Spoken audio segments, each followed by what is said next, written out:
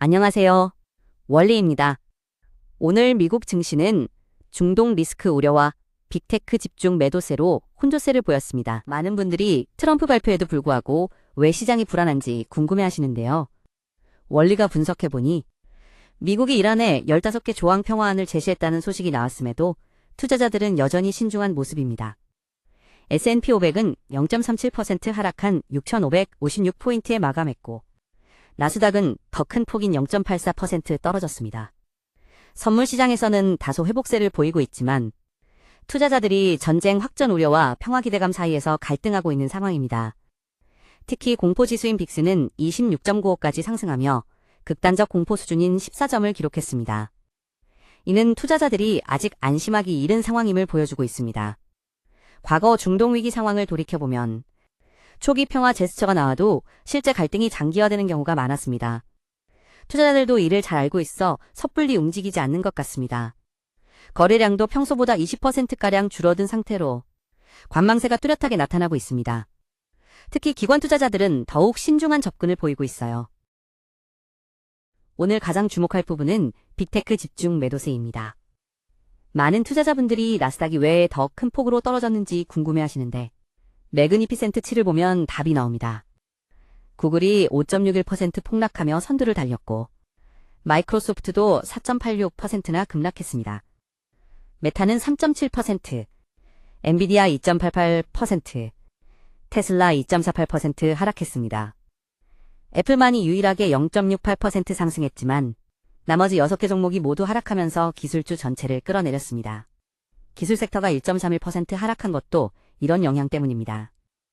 원리가 보기에는 투자자들이 고평가 우려와 함께 리스크 자산에서 일시적으로 자금을 빼고 있는 것으로 보입니다. 특히 주목할 점은 이들 빅테크 주식의 시가총액 비중이 나스닥 지수에서 차지하는 부분이 40%가 넘는다는 것입니다.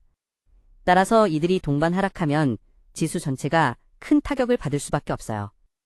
거래량도 평소보다 30% 이상 증가해 매도 압력이 상당했음을 보여줍니다. 이런 현상은 지정학적 리스크가 부각될 때마다 반복되는 패턴이기도 합니다. 반면 에너지 섹터는 완전히 다른 모습을 보였습니다. 에너지가 4.12%나 급등하며 섹터 중 유일한 상승세를 기록했습니다. 엑슨모빌이 4.94% 상승하며 상승 종목 2위에 올랐고 중동 리스크로 인한 유가 상승 기대감이 반영된 결과입니다. WTI 원유는 88.69달러로 0.64% 상승했지만 최근 5거래일로 보면 7.75%나 하락한 상태입니다. 원리가 주목하는 점은 에너지 외에는 금융만 0.63% 상승했을 뿐 나머지 9개 섹터가 모두 하락했다는 것입니다.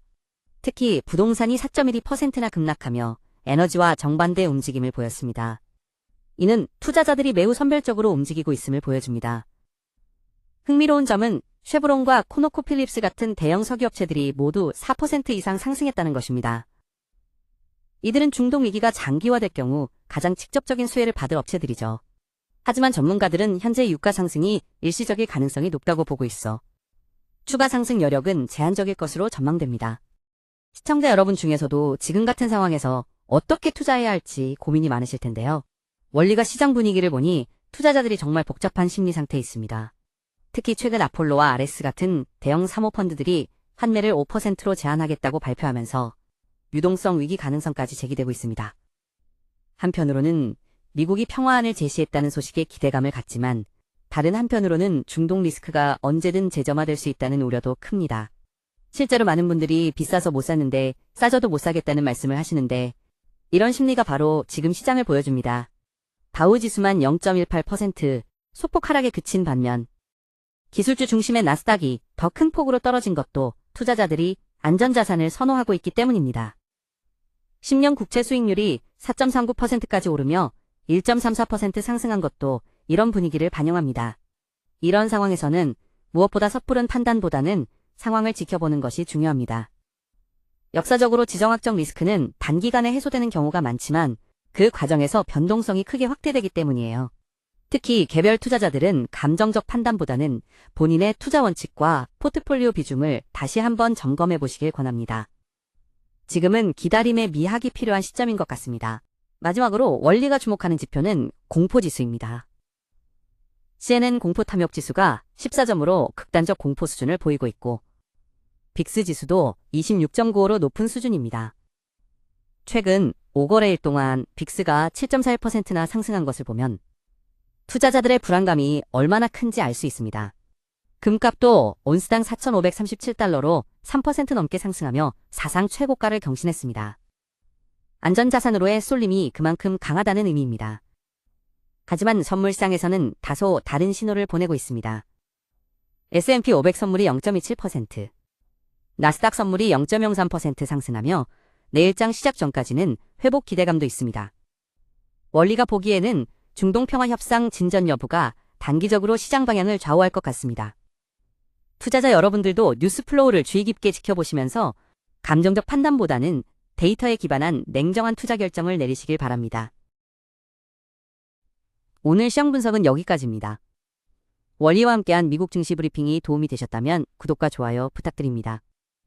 내일도 더 유익한 정보로 찾아뵙겠습니다.